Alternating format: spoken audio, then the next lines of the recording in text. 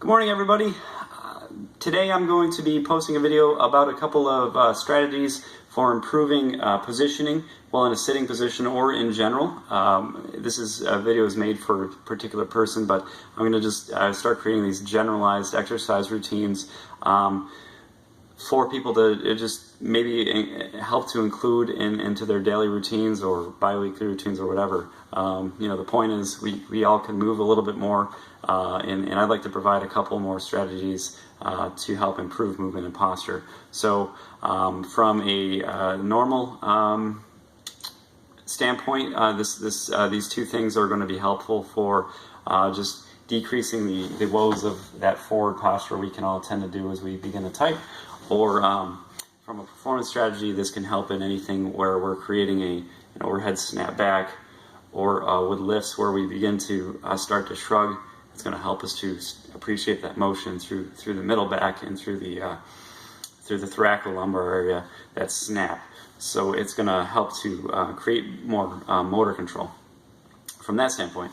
So without further ado, I'm just going to go ahead and do the two exercises. I want you to understand that this video is made for someone that has already resolved a painful issue and is now into a improvement phase where they're creating more motion, so they're preventing themselves from getting in pain again.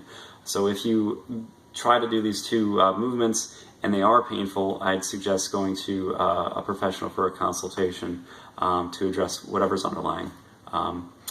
So no strain or no pain, okay? So what you're going to want to do with these two movements, you're going to want to spend an adequate amount of time where you begin to get a slight amount of fatigue. Once you're at that level, you're going to want to stop. But this is all about owning movements, and typically 1 to 2 minutes is adequate.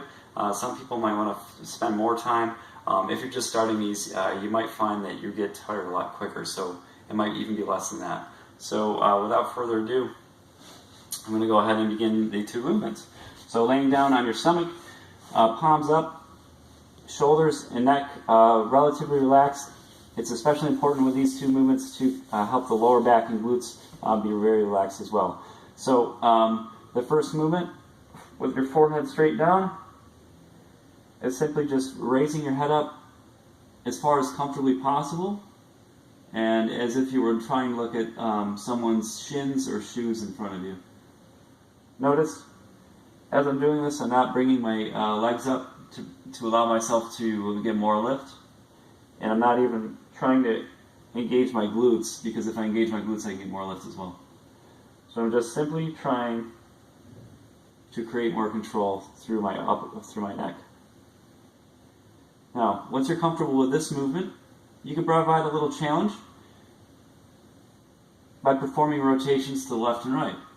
What a lot of people notice is that there's going to be one side that's a little more challenging, and that's just something to work on. So for me, right now, my right side is definitely a little more limited, so if I were to do this for the adequate amount of time, I would perform more on the right. Now, as you do these, as you perform the motion, you want to follow that motion with your eyes. So there's the first. The second strategy